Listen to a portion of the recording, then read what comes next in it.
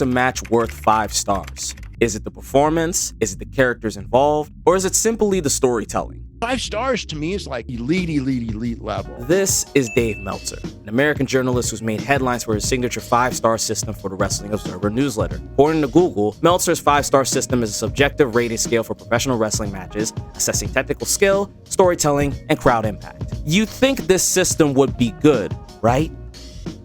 Wrong. It's a flawed method that overall pisses off a lot of wrestlers and drives a lot of criticism, while Meltzer also has favoritism to plenty of wrestlers and promotions. So today, I'm going to do my own spin on this system. Welcome to the very first episode of a new series on the channel. Welcome to the 5-Star Files. Now, the criteria is simple. These are matches that I consider must watch and underrated. We won't be talking about the HBK versus Undertaker matches, nor the Hangman Adam Page versus the Jon Moxleys. Nah, this is where the matches that don't get talked about enough get the recognition. Some you may know, and others you may find out. Now, on the top right of your screen will be a star chart, and the stars would fill as the match goes on. What determines the stars would be crazy spots, close pinfalls, etc., etc. You get it. Kind of like GTA, the more wild the match is, the more stars it gets. Now, as far as today's video, oh boy, this match has been on my mind for a very long time. And to the viewers that wanted more Japanese matches, this one's for y'all. Atsushionita versus Genichirotenryu. Enough with all that chit chat, bro. Let's get started.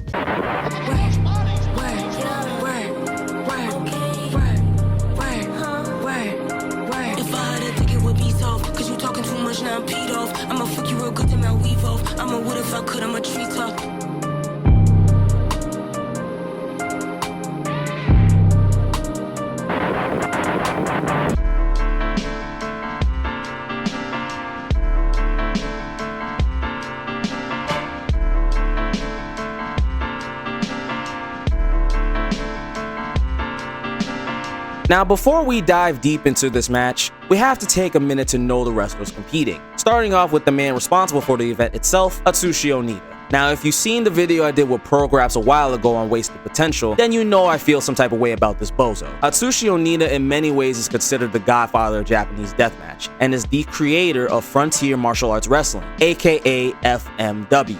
Unlike their competitors in New Japan and All Japan, FMW fully focused on hardcore matches, big spectacles that often involve fire and barbed wire. Basically, FMW was the OG ECW, as Onita and the Japanese company predates Paul Heyman and the Philadelphia's beloved brand. FMW also had a pretty solid roster during the 90s. Names like Chikasa Nagayo, Aja Kong, Jinsei Shinzaki, The Great Sasuke, Terry Funk, and of course, Hayabusa. Onita himself also had a set of classics, such as his match versus Tarzan Goto, his match versus Terry Funk, and him versus Hayabusa for the 6th FMW anniversary show, all of them in some way being a hardcore match. And then there's his opponent, Mr. Puroresu Genichirotenryu, a 3-time Triple Crown champion, 5-time World Tag Team champion AJPW, and just all around one of Japan's greatest. He's primarily dominated Japan in the 80s and 90s, having matches versus Toshiaki Kawada, Stan Hansen, and his best coming from Jumbo Tsuruta. So when word got out that these two were gonna battle, a lot of people were surprised, because these two are completely different wrestlers with completely different styles in the ring. One that's technical and precise, while the other is destructive and off the wall. And it doesn't help that it's involving Onita's specialty. The match was an exploding barbed wire match, a cage that is charged with explosives that detonates when touching it. Plus, if Onita loses the match to Tenryu, he will retire from wrestling. So yeah, it's a lot, but let's get right into it. So the stage is set with the Kawasaki Stadium packed to the brim, holding over 50,000 people, all who just want to see two dudes send each other to the gulag. We see Onita walking out and looking down, licking his lips like he's in an edit. Then the camera cuts to Tenryu, bro low-key questioning why the hell he took this match in the first place, knowing there's a high chance he's gonna turn into some barbecue. The bell rings and they lock up with Tenryu already trying to push Onita to the wall. Then he throws him off like someone putting their hands on Denzel. Bro looks baffled to hell, and already he trying to put some stars up, and we ain't even in the thick of it. Tenryu has Onita in a headlock and almost gets thrown to the cage. He hits hits bro with the elbow, then Onita slaps him with Tenryu just unfazed. He really looked at bro not bothered. Those weak ass hits don't mean a damn thing. Onita grabs bro and tries to throw him in the corner, but Tenryu slid like he Trey Turner getting out of it. He starts coming back with chops of his own, having Onita look like he constipated in the ring. Then he hits a lariat that sends Onita right to the wall, causing it to explode and having him faint. Add a star for that. The crowd shrieked thinking that Onita's soul left his body. Tenryu gets Onita up and hits him with a suplex, right into a pin with him kicking out. So Onita is able to slow Tenryu down, putting him in a hold. Then he hits him with a flurry of kicks to the head and follows with a DDT. He out here trying to give bro CTE. Chris Benoit somewhere could relate. Tenryu tries throwing Onita back at the cage, but he catches himself maintaining the hold. Then Tenryu grabs him, hitting a knee breaker and targeting his knee to slow him down. He would then go for a figure four, and Onita just straight kick bro's skull in. Jesus Christ. Tenryu better call his dentist before his teeth start moving like piano keys. Add a star for how brutal that kick looked. He then hits Onita with another knee breaker, then goes for multiple chops to the chest, picking him back up after every hit. Kobashi somewhere approving this. The two are locked up in a figure four, and look at all the blood that's coming off of Onita's arm. Man looking like he survived a crackhead attack and won with how much blood is coming down his arm. So Tenryu just starts coming back with a bunch of chops to Onita, dragging him all over the damn mat. Then he hits a suplex right into another pin with Onita once again kicking out. He would then follow up with a big powerbomb, getting the crowd shook once again and pinning Onita with him kicking out once more. So Tenryu gets a couple more hits off, but as he goes in for a lariat, Onita ducks, leading him right into the cage wall and it exploding all around him. We put in another star on the board for the impact.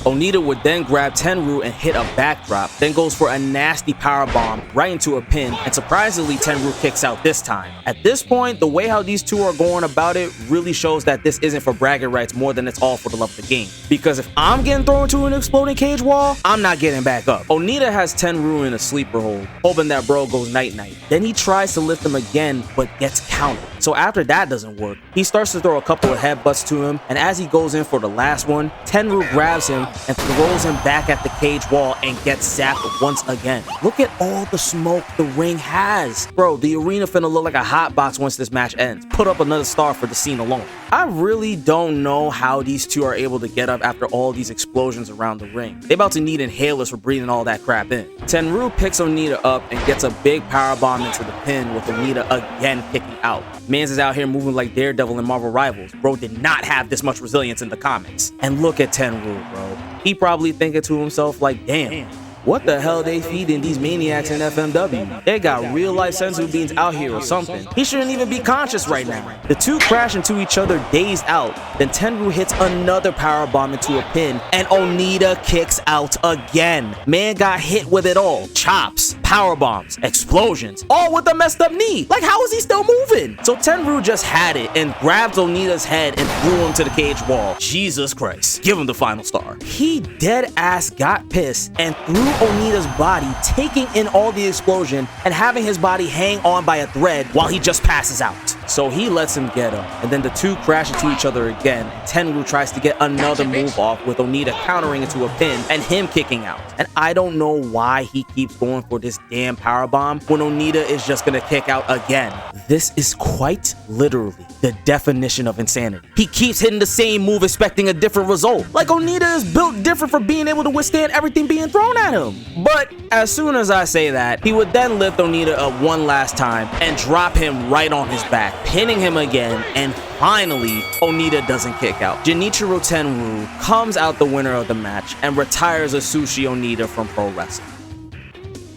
Or so we thought, because he would literally come back a year later because he ain't have enough faith in Hayabusa and wanted to hog the damn spotlight. This dude just pisses me off, man. My God. This match, however, was a banger. A lot of big spots, a lot of blood, and a lot of surprises, leaving this match as a certified 5-star in the first ever video of the 5-star files. So I hope you guys enjoyed. Be sure to leave a like, comment, subscribe to the channel for more. I hope you all had a wonderful holidays, and I'll see you next year. Happy New Year, everyone. As always, until next time, Tribe signing out. Peace.